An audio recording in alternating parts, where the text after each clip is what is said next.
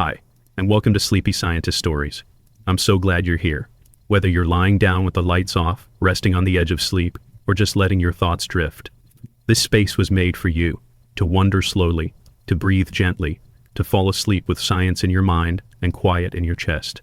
Tonight we're taking a journey into the deepest kind of rest, the kind that stretches for months, that slows the heartbeat, that trusts time itself to carry us through. Wherever you're listening from, I hope you feel safe here, like the world can pause for a while and it's okay. We'll follow the animals, who sleep not just through the night but through whole seasons. Bears in dens, frogs frozen in place, fish buried in ancient mud. These are the long sleepers, survivors not through strength but stillness. And as we drift into their story, I invite you to soften your breath. Close your eyes if you haven't already, and imagine the quiet inside a snow-colored cave. Thank you for pressing play.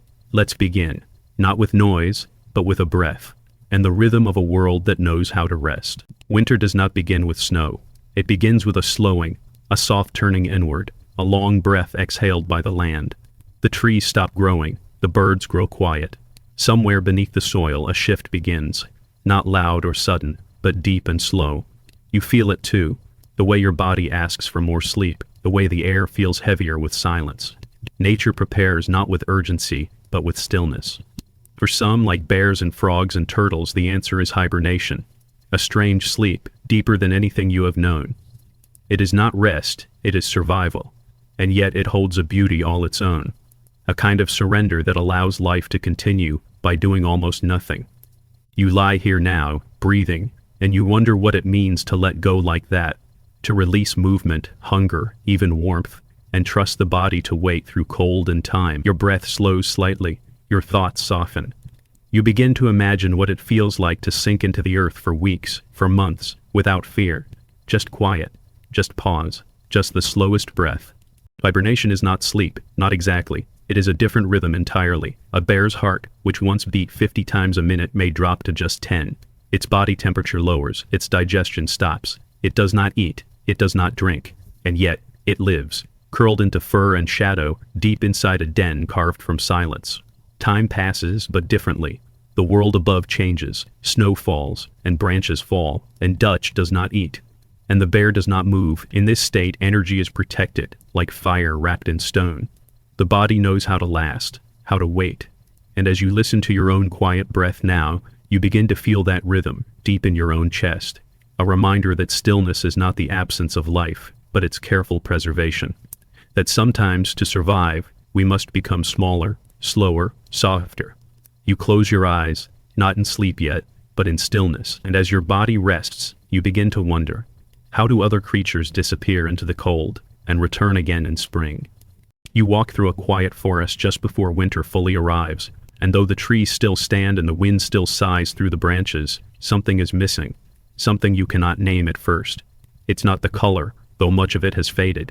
It's not the cold, though it clings gently to your breath. It's the absence of movement. The stillness. Not gone, just hidden, withdrawn, curled into hollows and under roots, inside walls of mud and snow and bark. There is no alarm in this, no panic. It is quiet by design. The squirrel who once raced along branches has sealed herself into a nest of leaves, heart slowing, food stored. The snake you saw basking in late summer sun now lies coiled beneath a rock, unmoving. The chipmunks have slipped into long, shallow sleeps, not full hibernation but something close. Even the insects, those tiny messengers of summer, have vanished into the walls of trees or beneath the forest floor. Some have died, leaving behind eggs wrapped in frost-proof armor.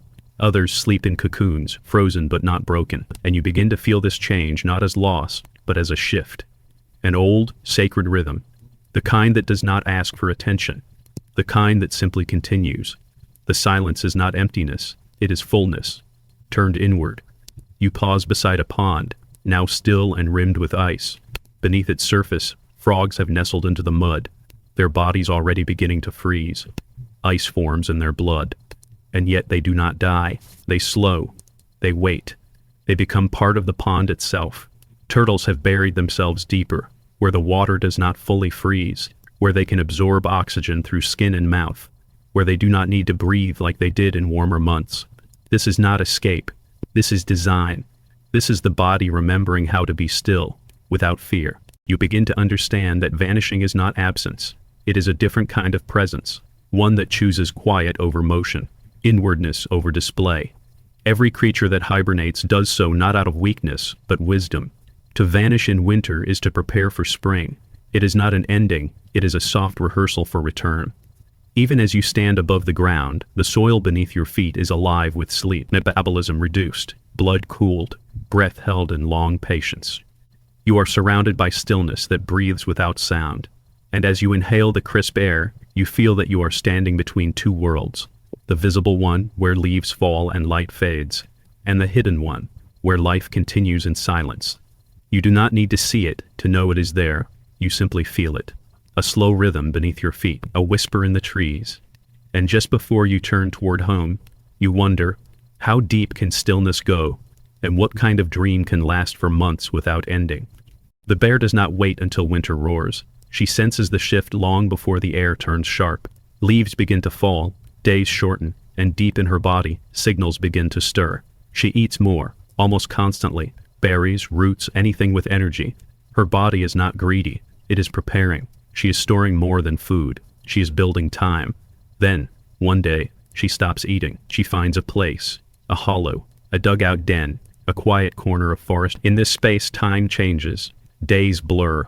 Hunger disappears. Stillness takes root. Inside her body, something extraordinary happens. She does not eat for months. She does not drink water, yet her body does not starve or dehydrate. Her fat becomes her fuel, slow and steady. Her muscles do not waste away. Her bones do not weaken. Her body recycles what it needs. Even waste is transformed. Nitrogen is reabsorbed. Her kidneys slow but do not stop. She is in many ways living on the memory of summer, warm stored energy stretched across the cold. If she is pregnant, the miracle continues. Inside this stillness, life forms.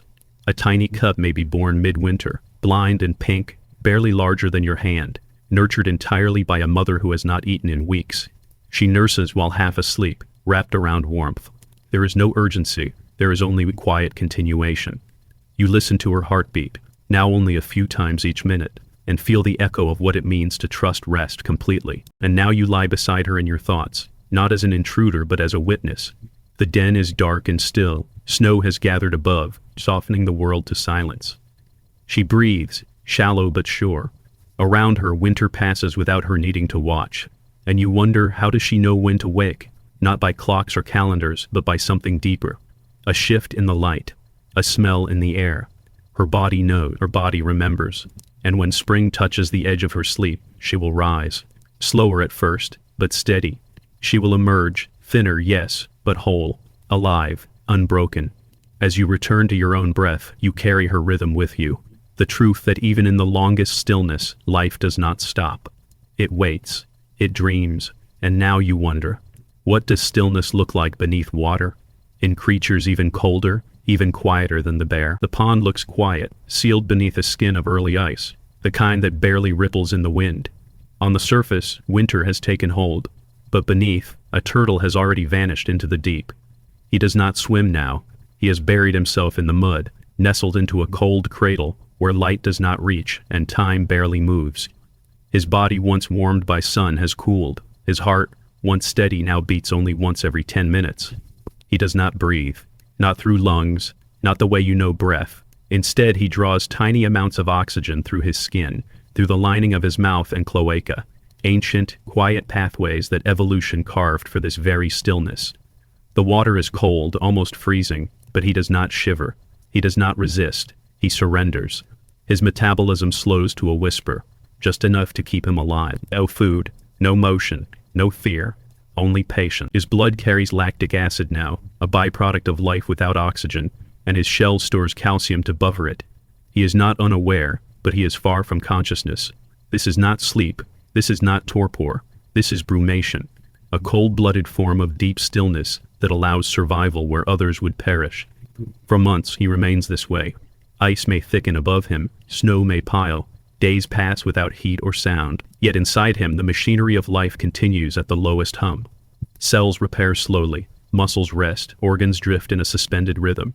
He is not dreaming, he is not waiting for spring. He simply is, present, without need, alive without motion. Around him, the pond becomes quiet, fish sink, insects vanish, the world narrows to darkness and cold. But nothing panics here. Everything slows together. And now you let yourself drift in beside him, as if you too could sink into the silence. You imagine the weight of mud, the comfort of cold, the miracle of breathing through stillness. The pond holds you, heavy and soft. You begin to feel what it means to truly stop, not with fear, but with trust. No urgency, no clocks, only the body's knowledge that life can wait. You wonder what signal tells the turtle to rise when spring approaches. It is not loud, it is not sharp. Perhaps it is the temperature, the pull of sunlight returning to the shallows, the stirring of water once still. When that signal arrives, he will move again, slow at first, uncertain but alive, and you will remember that deep within winter, beneath the hardest surface, something ancient continues without struggle. You breathe out slowly now, carrying that rhythm with you, and you wonder, if a frog can freeze and return, what else might be possible in the quiet pause of life? In the quiet forests of the north, long before the snow fully settles, a small frog prepares not to flee, but to stop. The wood frog does not dig deep beneath the ground. It does not swim away. Instead, it remains near the surface, beneath fallen leaves, under a thin layer of soil. And when the cold arrives, it does something remarkable. It begins to freeze. Ice forms between its cells, in its body cavity, even in its bladder. Its blood stops flowing. Its heart stops beating. The frog becomes motionless, breathless, lifeless, but not dead. This is not an illusion. It is biochemistry. It is survival written in the language of stillness. The frog has filled its tissues with glucose, a natural antifreeze, pumped there just before freezing begins. The sugar protects its cells from shattering, from collapse.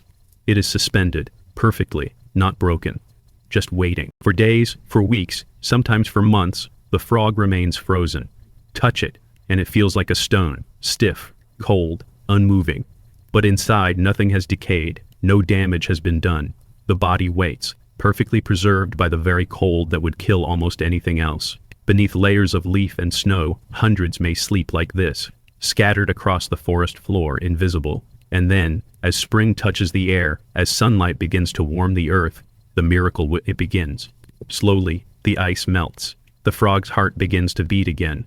One pulse, then another.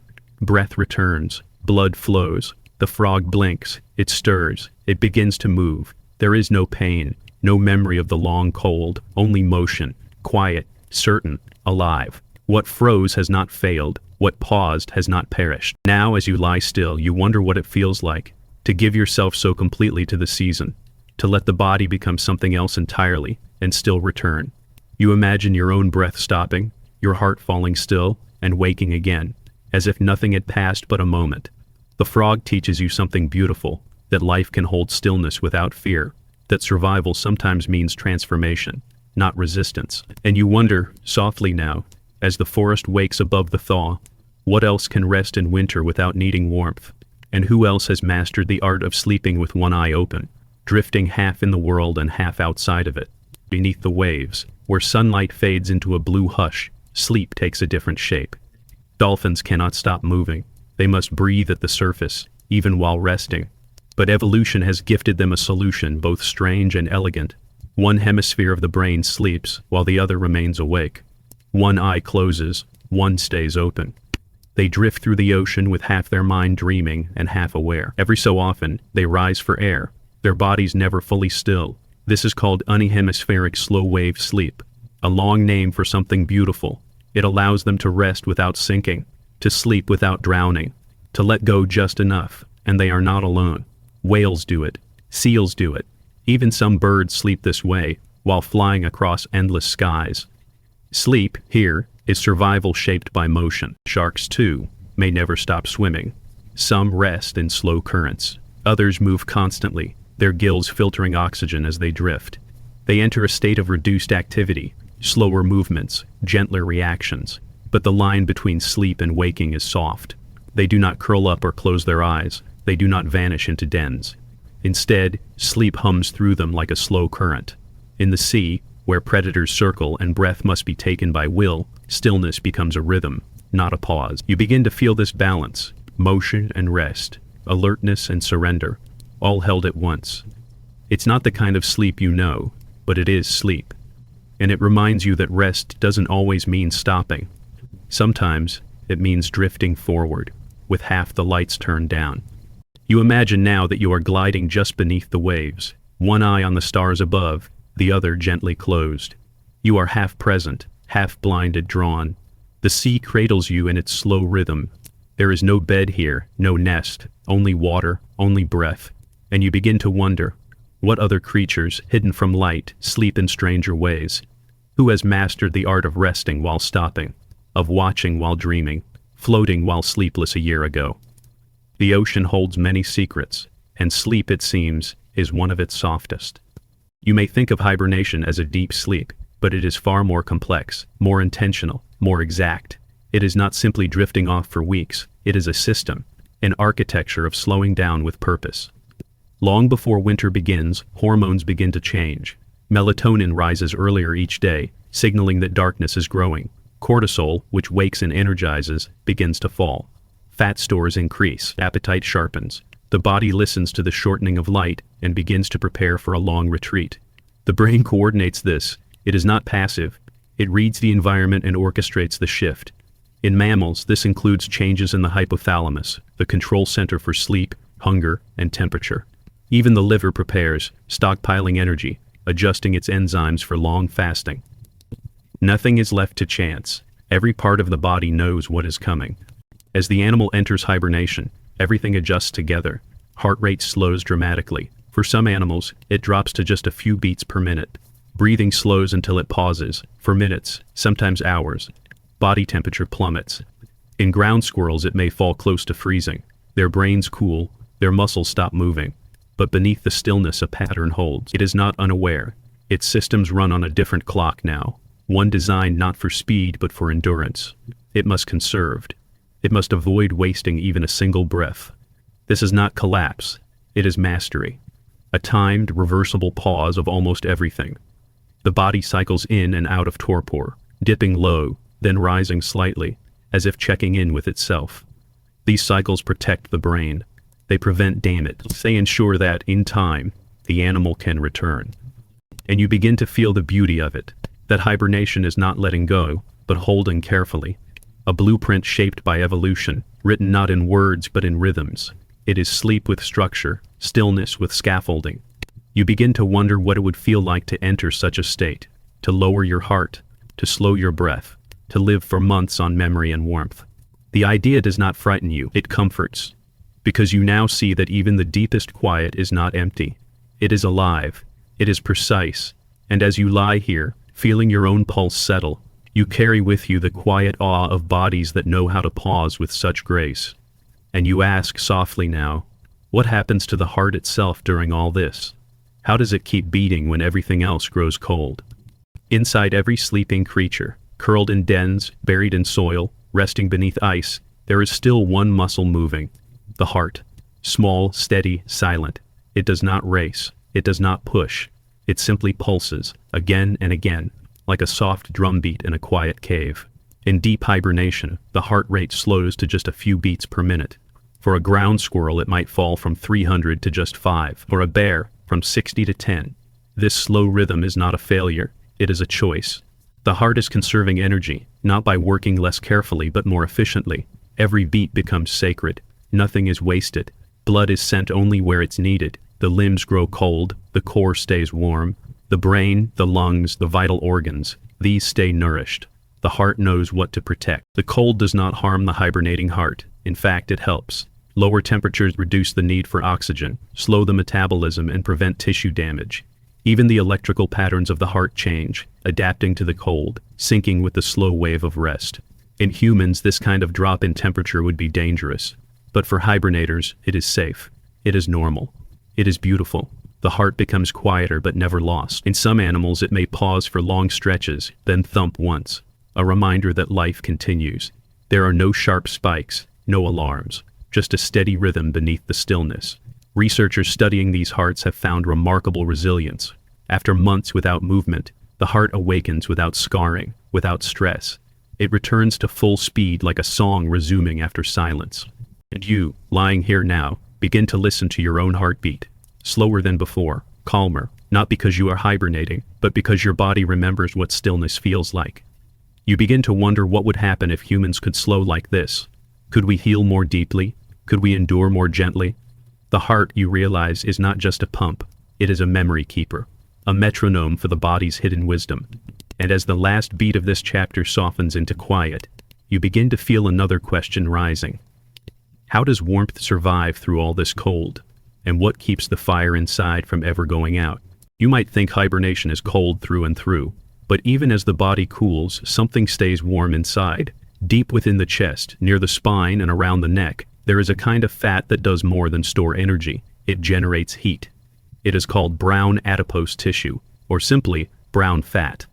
Unlike the fat that lies under skin or around organs, this one burns energy not to move but to stay warm. It's the body's own internal furnace. In a hibernating creature, this brown fat is the first to awaken when the time comes. Even before the heart quickens, before the eyes blink open, brown fat begins to burn quietly, raising the core temperature, preparing the body for waking. It does this without shivering, without sound. It does not need flame, it only needs time and fuel and stillness. Brown fat is rich in mitochondria, the powder centers of cells, which gives it its color and its heat-producing ability. When triggered, usually by a drop in temperature or a signal from the brain, these cells begin to burn stored fat rapidly, creating heat instead of movement. In newborn mammals, brown fat is essential. In adult hibernators, it is life-saving.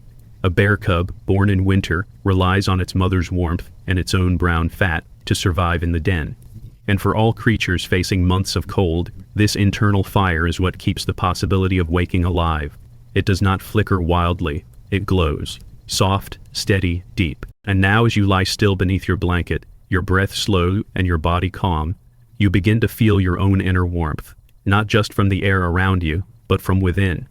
Your body knows how to keep you safe. You are not made to hibernate, not fully, but the memory of this fire lives in you too. Even in cold seasons of thought, of feeling, of stillness, something inside you stays warm. Something waits, glowing quietly, ready to rise again. You begin to understand that survival in winter is not about never growing cold. It is about never letting the core go dark.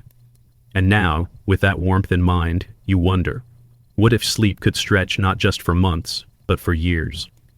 What creatures hold still for lifetimes before waking? Not all long sleeps are born from winter. In some places, the danger is not cold, it is heat, it is dryness, it is the absence of water. And yet, nature responds the same way. By pausing, by slowing, by folding inward.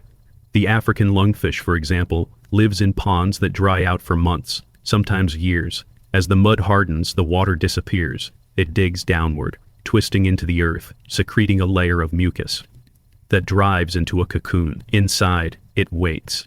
Its metabolism drops by more than 90%. It does not eat. It breathes through a tiny hole, pulling moisture from the air. It can survive like this for up to 4 years. 4 years without food, 4 years without motion. But still, it lives. Not frozen, not gone, just resting, dreaming of water, waiting for the rains to return. Snails, too, carry this ancient silence. Some species can seal themselves inside their shells and fall into estivation, a kind of summer hibernation, when the environment grows too dry. They slow every function. They stop moving. They wait in gardens, deserts, cracks in stone. Some have been found to awaken after years, perfectly unharmed. These long rests are not mistakes. They are part of a design older than memory. Insects do it. Amphibians do it. Even certain mammals can slip into these deep, extended pauses when conditions demand it. It is not laziness. It is brilliance. Because in places where the world becomes unlivable, where rain does not fall, where food does not grow, the smartest act is to wait. To not waste, to trust time. And now, as you lie still and breathe, you begin to feel the beauty of it.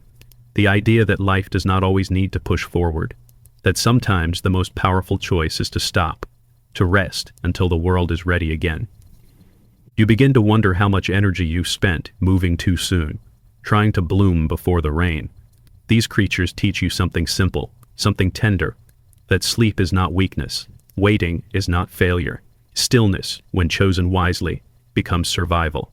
And just before you drift further into your own calm, you wonder, when these long sleepers finally wake, How do they know the moment has come? What tells the body it is safe to return to light?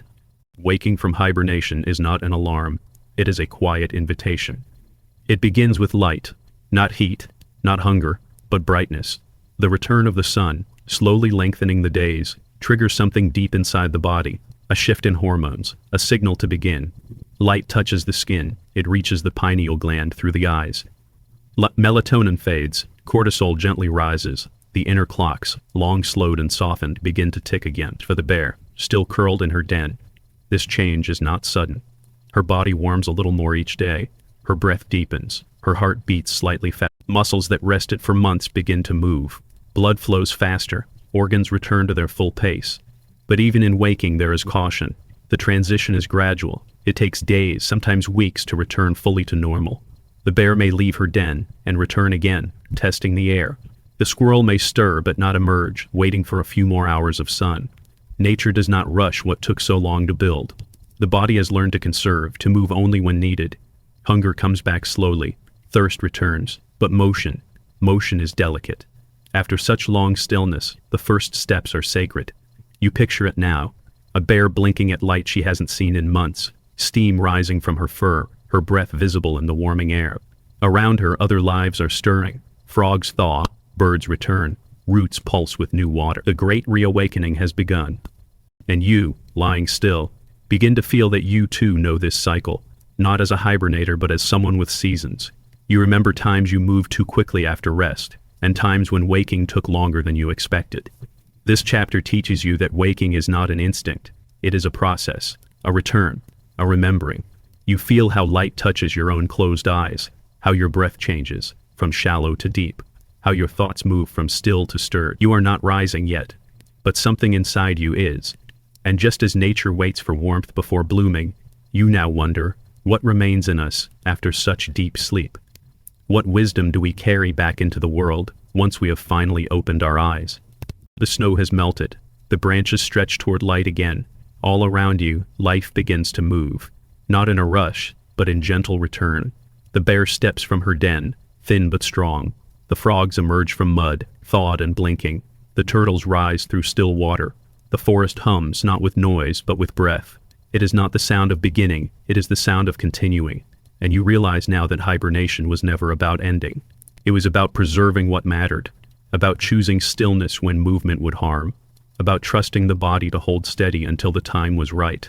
The creatures that slept through winter did not miss life. They lived differently, quietly, deeply. And now, so can you. You remember now. The frog that froze, the fish that waited, the bear that dreamed, the warmth inside the cold. You remember how every pause was a choice, how every heartbeat in the dark was a kind of faith. That breath would return, that warmth would return.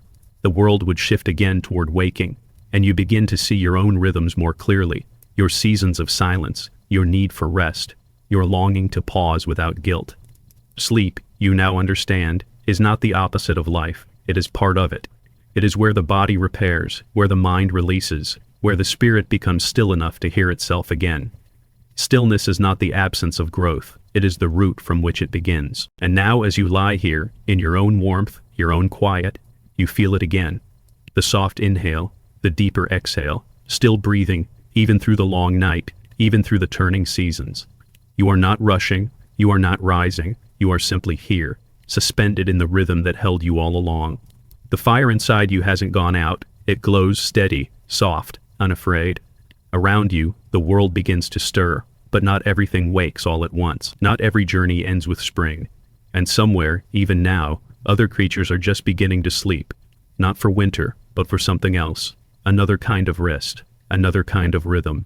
You feel it gently, the sense that stillness isn't bound to snow, or season, or cold. That somewhere, in heat, or silence, or sudden drought, there are lives slowing down, hearts softening, not in fear but in knowing. Or you wonder what kind of wisdom it takes to sleep when the world is still wide awake. What kind of body listens not to calendars, but to its own quiet voice. And you drift now, not into an end, but into the space beyond winter, into the long breath that never stops, into the next slow mystery, waiting just beneath the light. You begin this chapter not in snow or soil, but in dry, golden heat. The sun hangs heavy in the sky, the land crackles with drought, Here in deserts and dry forests, sleep does not come with frost, it comes with silence. A tiny mammal curls beneath a rock, its breath soft and rare. Not because it's winter, but because it is time. This is daily torpor, a smaller, swifter version of hibernation. A desert mouse might drop its body temperature by 10 degrees for a few hours in the hottest part of the day. A hummingbird, feather light and frantic by morning, enters torpor each night. A sleep so deep its heart nearly stops. These animals are not waiting for seasons to shift. They respond moment to moment, adjusting their energy like the flame of a candle responding to wind. Even in places with no winter at all, stillness blooms. In the tropics, bats rest in deep torpor when food disappears for a few days.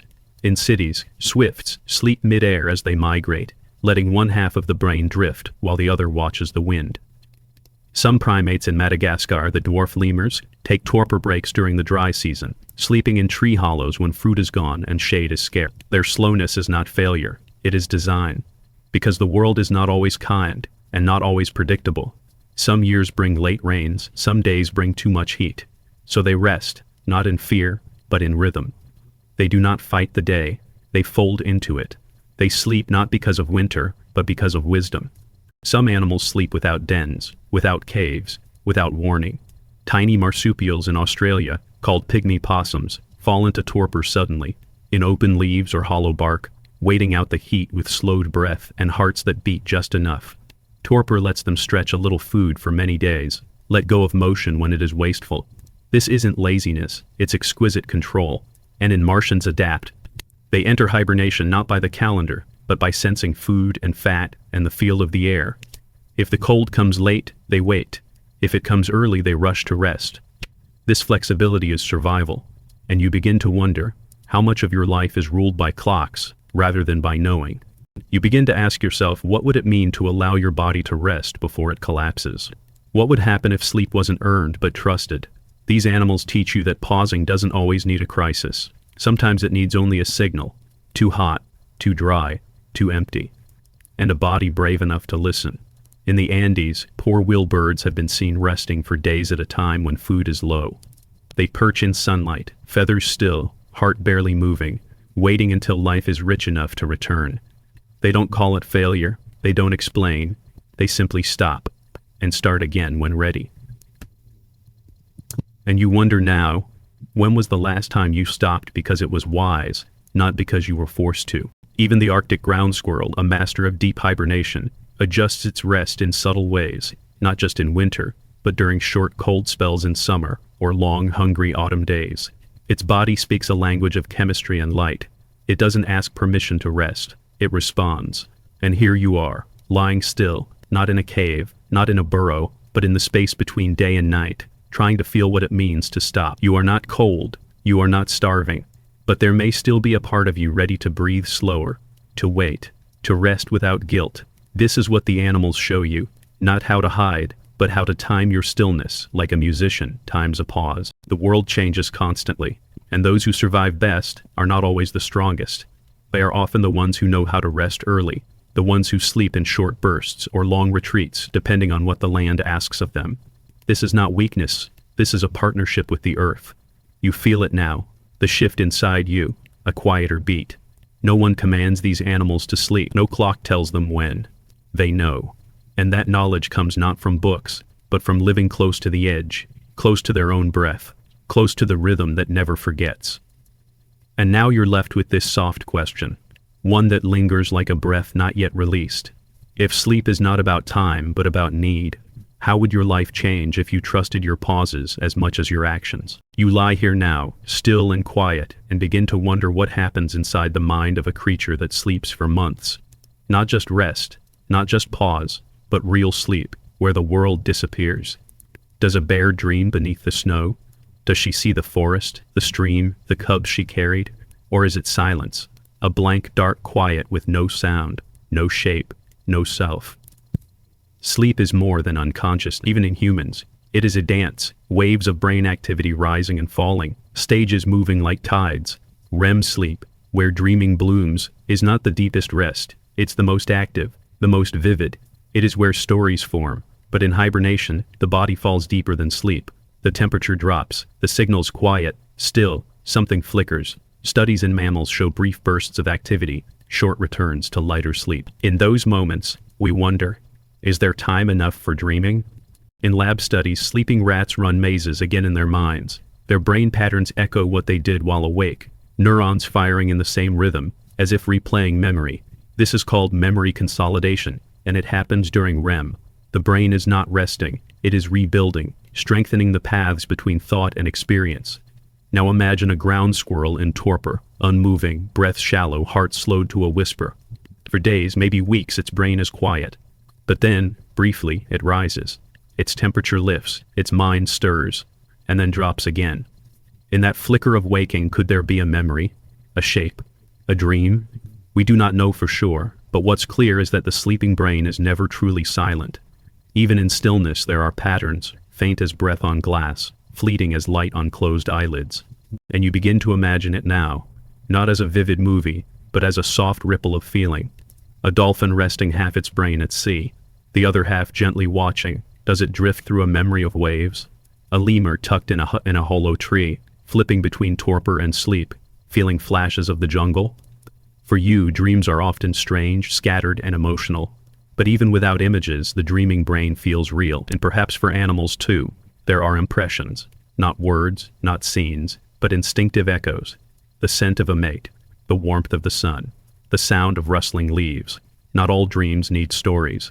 Some may be only a return to feeling, a rehearsal of life, a soft pulse of being.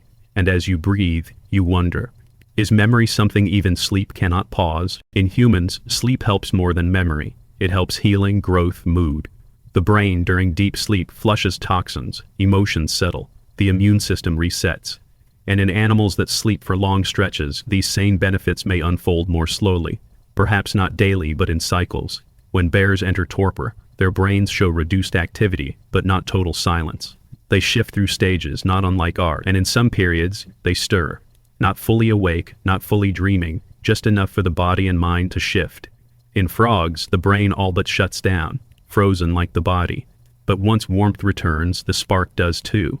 So you begin to ask, is the dream stored somewhere deeper, somewhere the cold cannot reach? The question stretches into mystery. We can measure brain waves, we can track pulses, but we cannot see what a sleeping animal feels. Science can say this: memory survives. Even after months of torpor, animals remember where food was, where danger waits. Their instincts do not fade, which means, perhaps, their minds keep hold of something, a thread that runs through the quiet. And you begin to feel it too, that in your own rest, your own sleep, something deeper is working. Memory reshapes, emotions settle, dreams unfold like mist, sometimes remembered, often not, but always changing something inside you. You wake softer, clearer, not because of a vision, but because something was untangled in the dark. You imagine now, all the hibernators, all the torpid sleepers, all the bodies in pause, and wonder if they too return changed, not just rested but rewired. And what would it mean if dreaming wasn't a luxury of wakeful minds, but a quiet pulse of nature? A survival tool, a rehearsal, a secret stillness that helps life begin again. As you lie here, you don't need the answer. You feel it instead. The comfort of knowing your body holds wisdom beyond words. That sleep is not absence, it is a process, it is a transformation. And maybe, just maybe, it is a kind of remembering without thinking. And as your breath slows, your mind drifts one last time to a den, to a tree hollow, to the mud beneath ice, to all the creatures curled and waiting. Their minds are quiet, but not gone.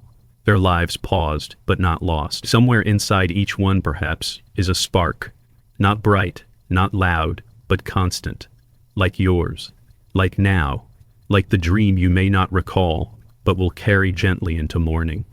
You lie still and imagine your body fading into slowness, the way a bear fades into winter, or a frog disappears beneath frozen mud. You wonder, could you survive for weeks or months without waking, without eating or moving? Could your body slow itself into silence and wait for the world to turn back toward warmth? In hospitals and research labs, scientists ask the same thing. Did we rest long enough to let the body heal itself? From trauma, from surgery, from damage too deep to reach while awake? The idea seems like fiction, but the clues live inside you. In sleep, your temperature drops, your heart rate slows, your breath becomes shallow. It is not hibernation, but it is the beginning of stillness. And what if we could go deeper? What if your body knew how to sleep more deeply than it ever has? Not just to rest, but to survive. In space travel, the challenge isn't just distance, it's time. Reaching Mars could take months, maybe more. In that time, food must be carried, muscles weaken, the body wastes away. But if astronauts could sleep, truly sleep, like a bear, the journey becomes lighter, the burden of care smaller, the risks fewest. This is where the idea of human hibernation returns, not as fantasy but as science. In test labs, doctors cool the body down, just a few degrees, to slow metabolism, preserve energy, protect the brain during surgery or injury. This is called therapeutic hypothermia, and it saves lives after cardiac arrest, stroke, or trauma. It isn't full hibernation, but it's a step toward it. And now researchers study animals that hibernate naturally, looking at genes and chemicals that trigger the process. Could we learn their secrets? Could we train the body to slow, not just in crisis, but by design? There are creatures like the Arctic ground squirrel that chill their own blood to below freezing without dying. They survive in pockets of ice and snow, months at a time, waking slowly as the air warms. Inside them are molecules that prevent damage, protect organs, and prevent ice from tearing cells apart. And in those same molecules, scientists see potential. What if we could use them to preserve human organs longer, for transplant? What if we could freeze time inside the body, protect cells from decay, and extend the window between life and death? In trauma cases, where every second matters, this could be the difference between surviving and slipping away. These are the quiet experiments happening now, in cold rooms, in petri dishes, inside animals whose bodies know how to pause, not to escape, but to wait. And you begin to wonder, if the body already holds this blueprint, what stops us from unfolding it? But hibernation isn't only about temperature, it's about energy, how it's used, where it's saved, how the body decides what matters most. In deep hibernation, digestion stops, muscle wasting halts. Even the brain shrinks in some species only to regrow when the animal wakes. How do they return to life so smoothly? What is preserved and what is rebuilt? If we could mimic that, not just the sleep, but the repair, we could transform recovery, aging, maybe even space exploration. But human biology resists such extremes. Our bodies aren't adapted for long-term torpor. Yet so scientists explore triggers, hormones, neurochemicals, proteins that control metabolism. Some animals activate hibernation with adenosine, a molecule also found in human sleep cycles. Could we one day switch on hibernation with a signal, like flipping a circuit inside the brain? The pieces exist, the puzzle is waiting. And as you breathe slowly now, you begin to feel the truth behind it all, that hibernation isn't just about science fiction or space travel. It's about the dream of deep rest, of healing without hurry, of waiting without fear. The world moves fast, but life, at its core, is not a race. You imagine lying in a capsule, heart slow, breath soft, eyes closed, not in escape but in trust. Maybe one day sleep will be more than sleep. It will be a bridge across time, a medicine for the body, a door through distance. And maybe, just maybe, your own cells already remember how. Some ancient rhythm quiet in your blood, humming the same slow song that guides bears through winter, frogs through ice, turtles through mud. You are still awake now, but only just, and somewhere deep inside you, that rhythm waits. You lie here, softer now, quieter than before, and feel that something has changed, not just in the air around you, but in your thinking. You've traveled through caves and lakes, watched hearts slow, brains rest, and bodies disappear into silence. You've seen life pause, not because it's weak, but because it's wise.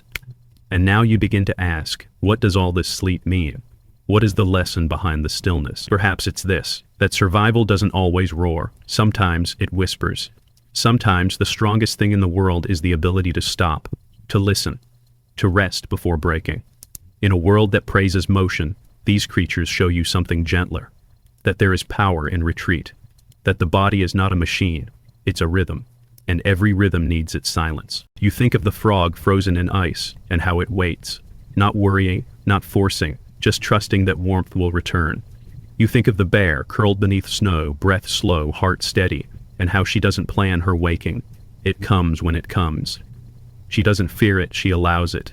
This is the lesson sleep gives, that time doesn't need to be chased, that healing doesn't happen fast by pushing, that sometimes the deepest kind of work happens when nothing seems to be happening at all. Sleep is not the absence, it is a transformation. Beneath the stillness, the body is choosing, rewiring, restoring. You feel it in yourself now, that same hum, that quiet flame beneath your ribs. You may not see it, but it's there. And the more you look, the more you find it. In the squirrel that wakes slowly, in the bird that pauses mid-slide, in the fish that waits in mud. Each one a reminder that stopping is not failing.